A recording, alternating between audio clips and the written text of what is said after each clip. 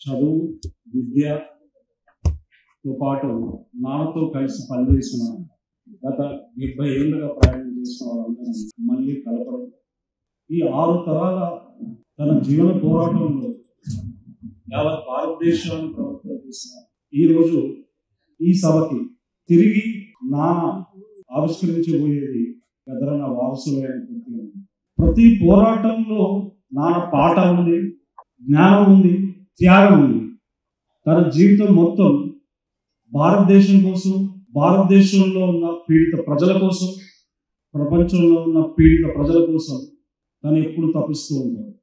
అనేక మలుపులు తిరుగుతూ తన జీవితం ఈరోజు భారత రాజ్యాంగం దగ్గర నిలబడి అటువైపు చూపిస్తున్నాడు ఈ దేశ ప్రజలకు.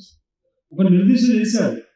తను తీసుకున్న ప్రతి కార్యక్రమం కానీ, తన జీవితం సాహిత్యం కానీ, తన నిర్ణయాలు నానే చెప్పాడు.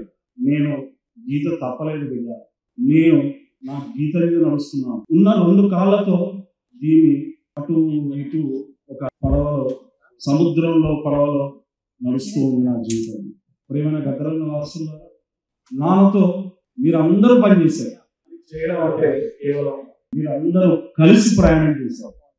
తనతో ఎంతో జీవితం పంచుకున్నారు. మాకన్నా ఎక్కువ జీవితం నాన్నది మీకే తెలుసు.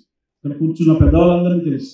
క్షణ క్షణం తనతో పనిచేసిన వాళ్ళకి, అమరులైన కుటుంబాలకి ఏదో చేయాలనే ఒక తపన, వాళ్ళతో కలిసి జీవించాలి, తిరిగి ఆ విప్లవాన్ని బతికించుకోవాలనే తపన.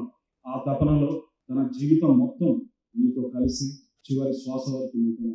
ఈరోజు అమరులకు వర్ధంతులు ఉండేవాళ్ళు. ఎప్పుడైతే ఎల్లారెడ్డన్న, పాషమన్న, అన్నమన్న వీళ్ళందరూ కలిసి ఇది చేద్దాం సూర్యం, భారతదేశ చరిత్రలో నింగికెగిసిన కెరటం గద్దరన్న, తిరిగి గద్దరన్నని ఆవిష్కరిద్దాం, ఆ నింగికెగిసిన కెరటాన్ని తీసుకొద్దాం, ఆ శబ్ద తరంగాల్ని మళ్ళీ భారతదేశ ప్రజలకు వినిపిద్దాం అన్నారు. ప్రియమైన గద్దరన్న వారసులందరికీ ఈరోజు మీరు మాట్లాడతారు. తిరిగి గద్దరన్నని మీరు ఆవిష్కరించబోతున్నారు. నింగి తెలిసిన నాన్నని తిరిగి ఈ వేదికగా ఈ భారతదేశ ప్రజలకు మళ్ళీ ఒకసారి పరిచయం.